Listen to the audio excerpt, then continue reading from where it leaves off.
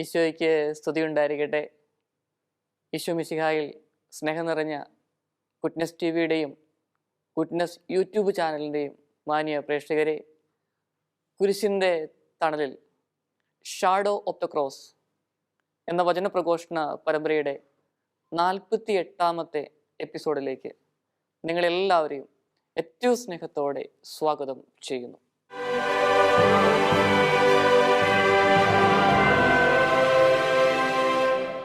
ചിക്കാഗോയിലെ DL Modi യൂണിവേഴ്സിറ്റിയെക്കുറിച്ച് ഒരുപക്ഷെ നിങ്ങൾ കേട്ടിരിക്കും.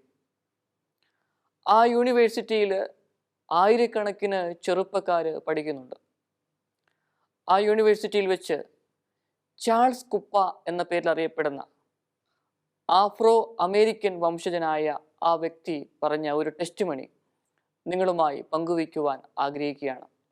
ഇദ്ദേഹത്തിൻ്റെ ടെസ്റ്റിമണി കേൾക്കുവാനായിട്ട് 1000-ലധികം ചെറുപ്പക്കാർ വളരെ ശ്രദ്ധയോടെ മണിക്കൂറുകൾക്ക് മുമ്പ് തന്നെ ആ യൂണിവേഴ്സിറ്റിയിലെ ഓഡിറ്റോറിയത്തിൽ പ്രവേശിച്ചിരിക്കുകയാണ്.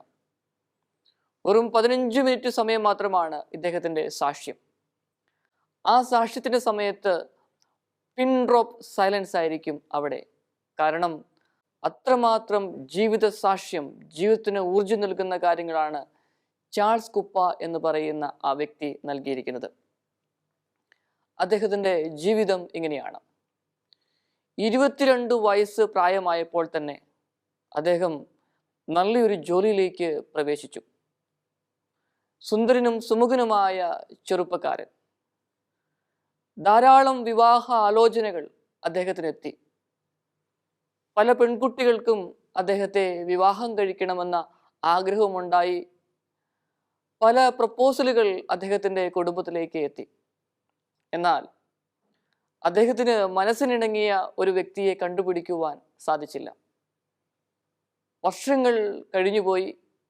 26ാമത്തെ വയസ്സിൽ അദ്ദേഹത്തിന് ഒരു ജീവിത പങ്കാളിയെ ലഭിക്കുകയുണ്ടായി. മനസ്സിനിണങ്ങിയ ഒരു ജീവിത പങ്കാളി. മാതാപിതാക്കളുടെയും പ്രിയപ്പെട്ടവരുടെയും ഒക്കെ അനുഗ്രഹത്തോടെ അദ്ദേഹം ആ വിവാഹത്തിലേക്ക് പ്രവേശിച്ചു. വിവാഹമെല്ലാം കഴിഞ്ഞ് ഏതാനും മാസങ്ങൾ കഴിഞ്ഞപ്പോൾ ചാൾസ് കുപ്പയുടെ ജീവിത പങ്കാളി പറഞ്ഞു, ഒരു ബിസിനസ് ട്രിപ്പിന് വേണ്ടി ഓസ്ട്രേലിയയിലേക്ക് എനിക്ക് പോകണം എന്ന്. ഇദ്ദേഹം സമ്മതിച്ചു. കാരണം ആ രീതിയിലുള്ള ഒരു ജോലിയായിരുന്നു. കുടുംബാംഗങ്ങൾക്കെല്ലാവർക്കും അത് മനസ്സിലാക്കാനും ഉൾക്കൊള്ളാനും പറ്റുമായിരുന്നു. പോകുന്ന സമയത്ത് ഇദ്ദേഹത്തിൻ്റെ ജീവിത പങ്കാളി പറഞ്ഞ ഒരു കാര്യമുണ്ട്. ചാൾസ്, 6 മാസം കഴിഞ്ഞ് ഇന്ന ദിവസം ഇന്ന ഫ്ലൈറ്റിന് ഞാനിവിടെ വന്നിറങ്ങുമ്പം അങ്ങനെ കൂട്ടാൻ ഈ എയർപോർട്ടിൽ വരണമെന്ന്. ചാൾസ് സമ്മതിച്ചു. കാരണം ഇദ്ദേഹത്തിന് വലിയ തിരക്കുകളൊക്കെ ഉണ്ട്. എങ്കിൽ പോലും ജീവിത പങ്കാളി പറഞ്ഞ സമയത്ത് തന്നെ എത്താമെന്ന വലിയൊരു വാക്ക് ഉറപ്പ് കൊടുത്തു. അങ്ങനെ ഇദ്ദേഹത്തിൻ്റെ ജീവിത പങ്കാളി ഓസ്ട്രേലിയയിലേക്ക് പോവുകയാണ്. ചാൾസിൻ്റെ ജീവിതവും ജോലിയും സുവിശേഷ പ്രഘോഷണവും എല്ലാമായി നല്ല തിരക്കിലാണ്. ഏകദേശം പറഞ്ഞ സമയമെത്തുന്ന ദിവസം അദ്ദേഹം എയർപോർട്ടിലേക്ക് പോകുവാനായിട്ട് ആഗ്രഹിച്ചു. പോകുന്ന സമയത്ത് അദ്ദേഹത്തിൻ്റെ അമ്മായിയമ്മ പറഞ്ഞു, ഞാനും എയർപോർട്ടിലേക്ക് വരുന്നുണ്ട്, നമുക്ക് ഒരുമിച്ച് പോയി അവളെ കൂട്ടാം എന്ന്. അവർ എയർപോർട്ടിൽ എത്തി. എയർപോർട്ടിൽ നിന്നുകൊണ്ട് നോക്കുമ്പോൾ കൃത്യസമയത്ത് തന്നെ വിമാനം അവിടെ പറന്നിറങ്ങുന്നത് അവർക്ക് കാണുവാൻ സാധിച്ചു. അങ്ങനെ ഇരിക്കുന്ന സമയത്ത് ഒരു ആംബുലൻസ് ചീറിപ്പാറിഞ്ഞ് എയർപോർട്ടിൻ്റെ ഉള്ളിലേക്ക് പോകുന്നത് അദ്ദേഹം കാണുവാൻ ഇടയായി. അദ്ദേഹം ചിന്തിച്ചു, വിമാനത്തിൽ വെച്ച് ആർക്കെങ്കിലും എന്തെങ്കിലുമൊക്കെ രോഗമുണ്ടായി അല്ലെങ്കിൽ അസ്വസ്ഥതയുണ്ടായി. അങ്ങനെ ഇരിക്കുന്ന സമയത്ത് നല്ലൊരു ട്രീറ്റ്മെൻറ്റ് കൊടുക്കണം. അമേരിക്ക പോലുള്ള രാജ്യങ്ങളിൽ അത് വളരെയധികം ശ്രദ്ധിക്കാറുണ്ട്. അപ്പോൾ അങ്ങനെ അവർക്ക് എത്രയും പെട്ടെന്ന് നല്ലൊരു ട്രീറ്റ്മെൻറ്റ് കൊടുക്കുവാനായിട്ട് ആണ് ഈ ആംബുലൻസ് പോകുന്നതെന്നാണ് ഇദ്ദേഹം കരുതിയത്. ഈ ആംബുലൻസ് അങ്ങനെ ചീറിപ്പാഞ്ഞ് ആ വിമാനത്തിൻ്റെ അടുക്കൽ എത്തുകയും അങ്ങനെ അവിടെ നിന്ന് ആരെയോ ഒരു സ്ട്രക്ചറിലേക്ക് കയറ്റിക്കൊണ്ട് പോവുകയും ചെയ്യുന്നത് അദ്ദേഹം കണ്ടു. വലിയ പ്രാധാന്യമൊന്നും അദ്ദേഹം ഇതിന് കൊടുത്തില്ല. കാരണം ജീവിതത്തിൽ ഇങ്ങനെയൊക്കെ സംഭവിക്കുമെന്ന് ആരും ഒരിക്കലും വിചാരിക്കുന്നില്ല. കുറച്ചു കഴിഞ്ഞപ്പോൾ അദ്ദേഹത്തിൻ്റെ അമ്മായിമ്മ ഈ ചാൾസിനോട് പറഞ്ഞ ഒരു കാര്യമുണ്ട്. ആ തള്ളിക്കൊണ്ട് പോകുന്ന ആംബുലൻസിലേക്ക് കയറ്റിയ ആ സ്ട്രക്ചറിൽ തൂങ്ങിക്കിടക്കുന്നത് നിന്റെ ജീവിത പങ്കാളിയുടെ, നമ്മുടെ മകളുടെ ഹാൻഡ് ബാഗ് അല്ലേ എന്ന്. ആ ഹാൻഡ് ബാഗ് അവളുടെ തന്നെയെന്ന് ആ അമ്മ ഉറപ്പിച്ചു പറഞ്ഞു. അദ്ദേഹത്തിന് അത് മനസ്സിലായി. അപ്പൊ എന്തോ ആപത്ത് അവിടെ പെട്ടിരിക്കുന്നുവെന്ന് മനസ്സിലായി. കൂടുതലായി അന്വേഷിച്ചപ്പോൾ അദ്ദേഹം മനസ്സിലാക്കിയത് ഇപ്രകാരമാണ്. വിമാനം ലാൻഡ് ചെയ്യുന്ന സമയത്ത് ഒരു മാസീവ് ഹാർട്ട് അറ്റാക്ക് വന്ന് അദ്ദേഹത്തിൻ്റെ ജീവിത പങ്കാളി അവിടെ വെച്ച് തന്നെ മരിച്ചു. ആ ജീവിത പങ്കാളിയുടെ ശരീരമാണ് ഈ സ്ട്രക്ചറിൽ കയറ്റി ആംബുലൻസിലേക്ക് കയറ്റിക്കൊണ്ട് ഹോസ്പിറ്റലിലേക്ക് പോകുവാനായിട്ട് ഒരുങ്ങുന്നത്.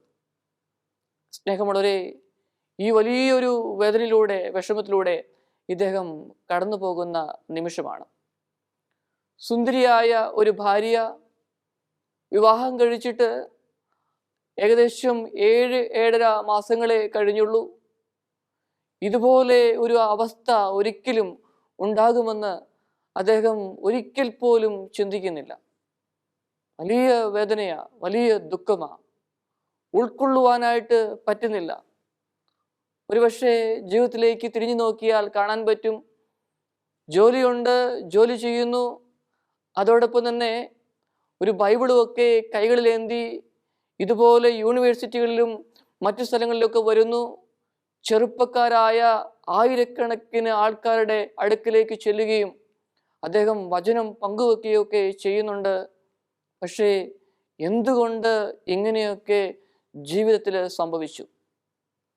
ഈ സംഭവം കഴിഞ്ഞ് ഏതാനും ആഴ്ചകൾക്കുള്ളിൽ തന്നെ അദ്ദേഹം എല്ലാം ദൈവത്തിൻ്റെ കരങ്ങളിൽ കൊടുത്ത് ഒരു ബൈബിൾ വേന്തിക്കൊണ്ടാണ് ഈ DL മോഡി യൂണിവേഴ്സിറ്റിയിലേക്ക് വരികയും ആയിരക്കണക്കിന് ചെറുപ്പക്കാരോട് ഈ സാക്ഷ്യം പറയുകയും ഈ വേദനയെ എങ്ങനെയാണ് ഞാൻ അതിജീവിച്ചു കൊണ്ടിരിക്കുന്നതിനെ കുറിച്ച് പറയുവാനും ഒക്കെ അദ്ദേഹം തയ്യാറായി.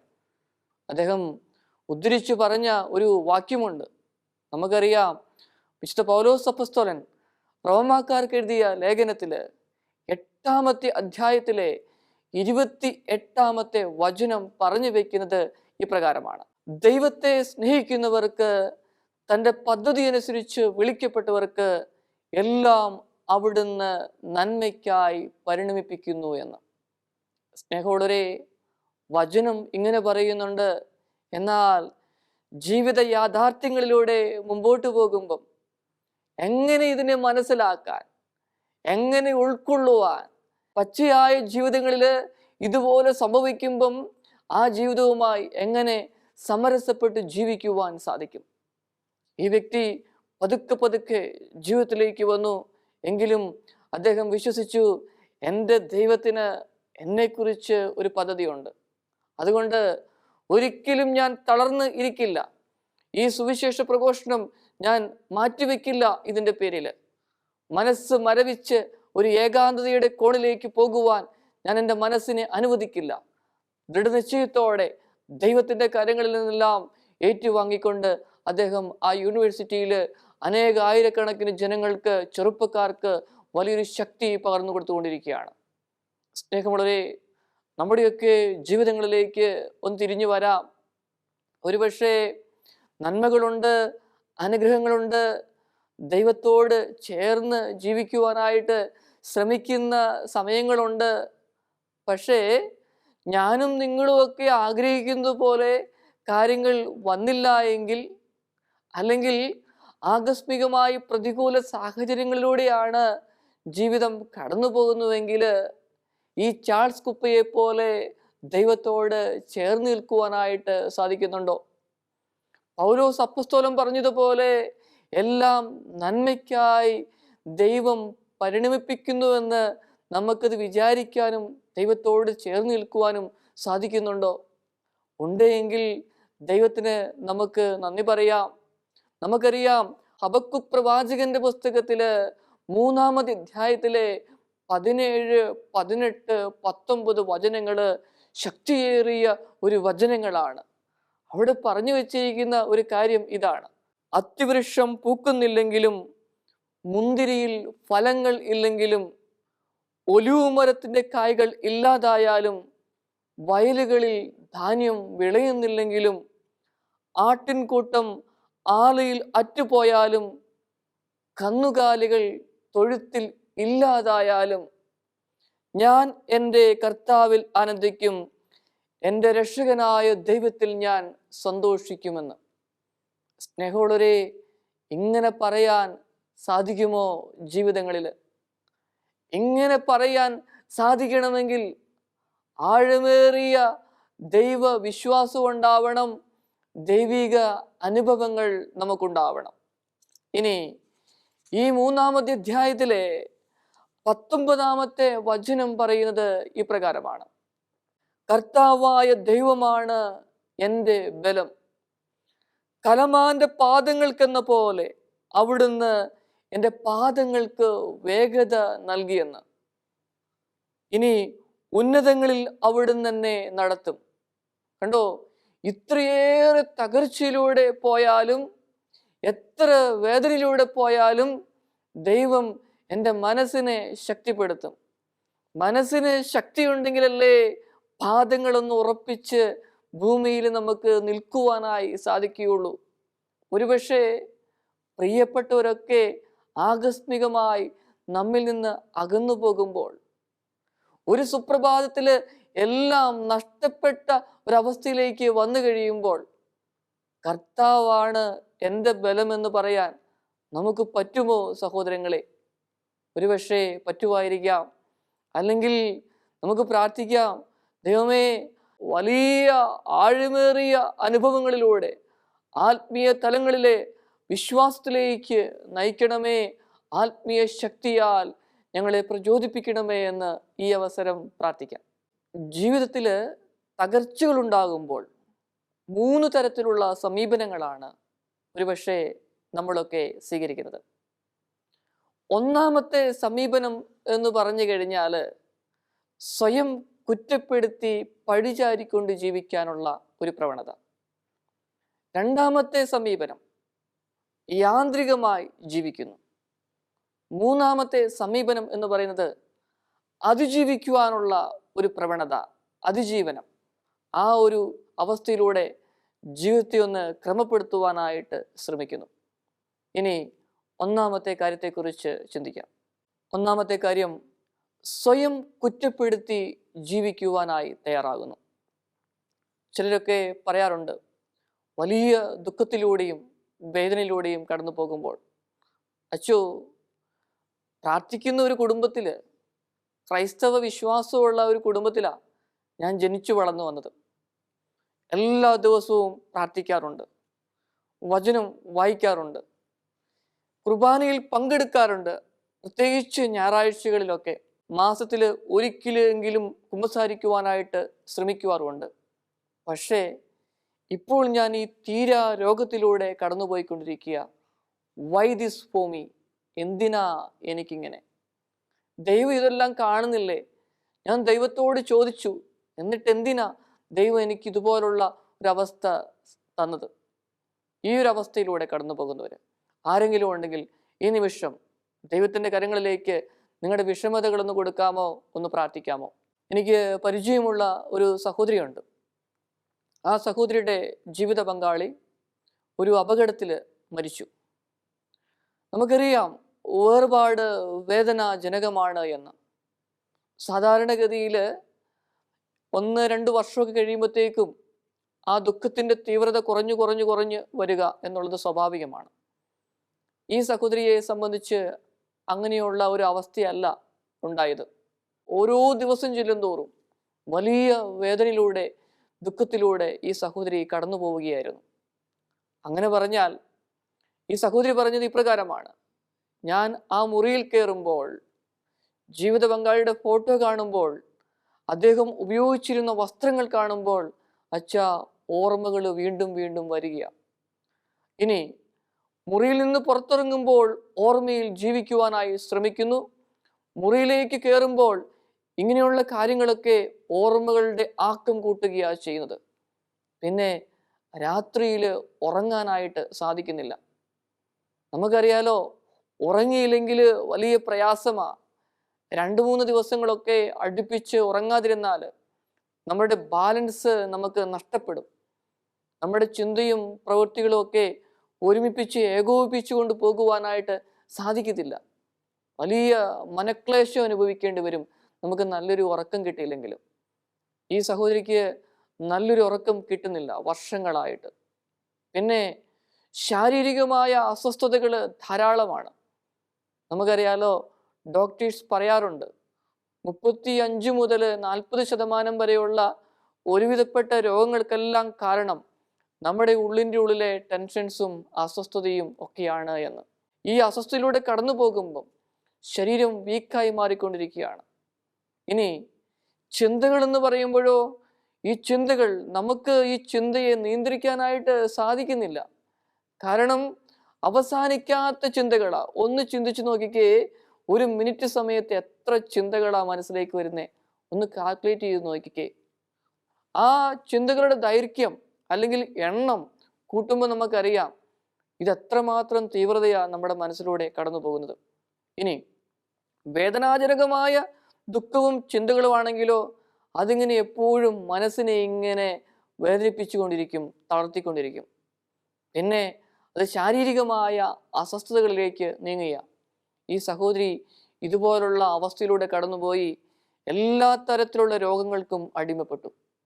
അതിൻ്റെ അകത്തുനിന്ന് മോചനം ലഭിക്കുന്നില്ല.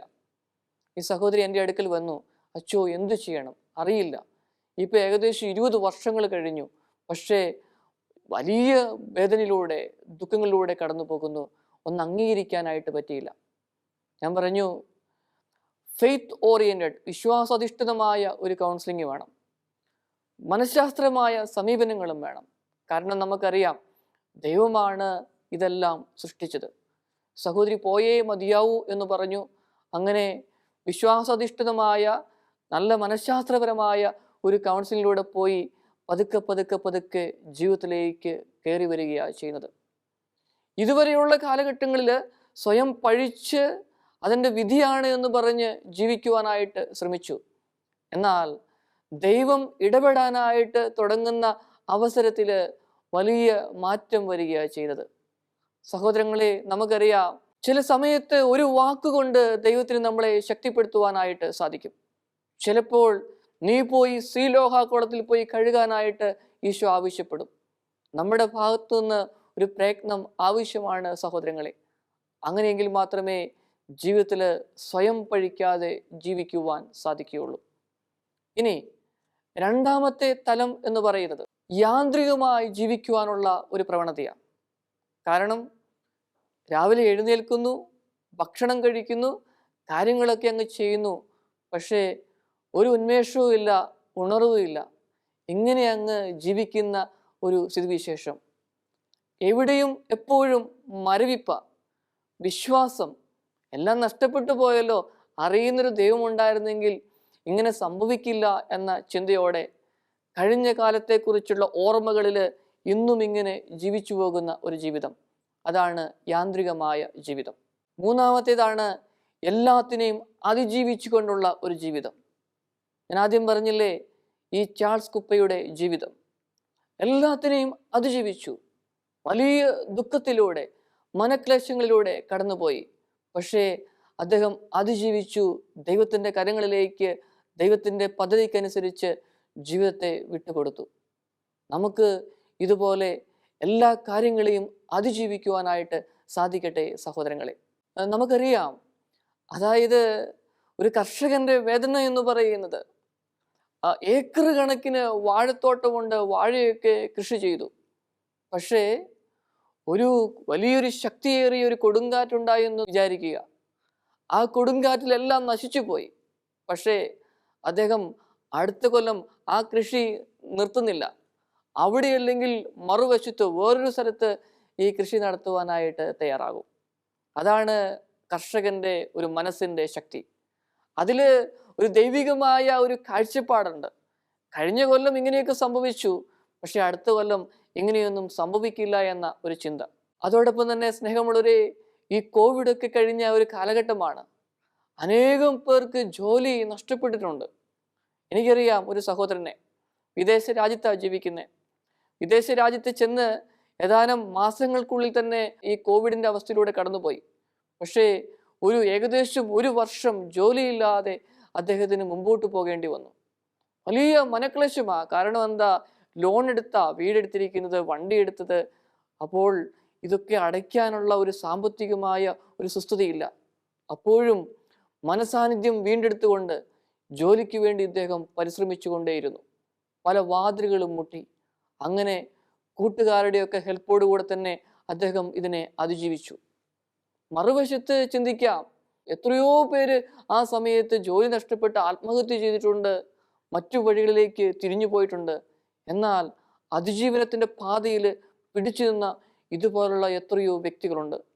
സ്നേഹമുള്ളവരെ, അങ്ങനെയെങ്കിൽ ദൈവം നമ്മെ ഈ ഭൂമിയിലേക്ക് അയച്ചത്, ദൈവത്തിന് ഒരു പദ്ധതിയുണ്ട്. നമുക്ക് ജീവിതത്തിൽ പ്രതികൂല സാഹചര്യങ്ങളുണ്ടാവും. അതിനെ അതിജീവിക്കുവാനായിട്ട് പറ്റും. ഒരു സഹനം തന്നു കഴിയുമ്പോൾ ആ സഹനത്തെ അതിജീവിക്കുവാനുള്ള ശക്തി കൂടിയ ദൈവം നമുക്ക് തരിക. അതോടൊപ്പം തന്നെ ദൈവത്തോട് ചേർന്ന് നിന്നാൽ ഒരുപാട് വ്യത്യാസങ്ങൾ കാണാൻ സാധിക്കും. അത്ഭുതങ്ങൾ നമ്മുടെ ജീവിതങ്ങളിൽ കാണാൻ പറ്റും. ഒരുപക്ഷെ കൊടുങ്കാറ്റ് അടങ്ങുന്നോടം വരെ നമ്മൾ കാത്തിരിക്കേണ്ട ആവശ്യമില്ല. ആ ശക്തിയേറിയ ഒരു കൊടുങ്കാറ്റിലും നമുക്കൊന്നും പറ്റാതെ നമ്മളെ കാത്തുപരിപാലിക്കുന്ന ഒരു ദൈവമാണ് നമ്മുടെ കൂടെയുള്ളത്. അതുകൊണ്ട് ചില പ്രതികൂല സാഹചര്യങ്ങളൊക്കെ ഉണ്ടാകുമ്പോൾ ഇതുപോലെയൊക്കെ ഇനി സംഭവിക്കുകയുള്ളൂ. ഇല്ല, നമ്മളുടെ കൺക്ലൂഷൻ അതൊക്കെ ഒന്ന് മാറ്റണം. ദൈവത്തിന് വിട്ടുകൊടുക്കുവാനായിട്ട് സാധിക്കട്ടെ. നമ്മുടെയൊക്കെ ജീവിതത്തിൽ പ്രതികൂല സാഹചര്യങ്ങൾ ഉണ്ടാകുമ്പോൾ ഈ ചാൾസ് കുപ്പിയെ പോലെ ദൈവത്തിൻ്റെ വചനം പ്രഘോഷിക്കാൻ അദ്ദേഹം തീക്ഷ്ണത കാണിച്ചില്ലേ, അതുപോലെ നമ്മുടെ ജീവിത കർത്തവ്യങ്ങളും തളരാതെ മുമ്പോട്ട് കൊണ്ടുപോകുവാനായിട്ട് നമുക്ക് സാധിക്കട്ടെ. ഇനി ജീവിതത്തിലെ പ്രതികൂല സാഹചര്യങ്ങളൊക്കെ ഓർത്ത് മനസ്സ് മരവിച്ച് യാന്ത്രികമായ അവസ്ഥയിലൂടെയാണ് കടന്നു പോകുന്നതെങ്കിൽ ആ അവസ്ഥയെ ദൈവത്തിന് കൊടുക്കാം. ദൈവമേ, അതിജീവനത്തിൻ്റെ പാതയിൽ കുറ്റപ്പെടുത്തലുകളും സ്വയം പഴിചാരലുകളും ഒഴിവാക്കിക്കൊണ്ട് മുമ്പോട്ട് പോകുവാൻ ഞങ്ങളെ സഹായിക്കണമേ എന്ന് നമുക്ക് പ്രാർത്ഥിക്കാം. പിതാവിൻ്റെയും പുത്രൻ്റെയും പരിശുദ്ധാത്മാവിൻ്റെയും നാമത്തിൽ ആമേൻ.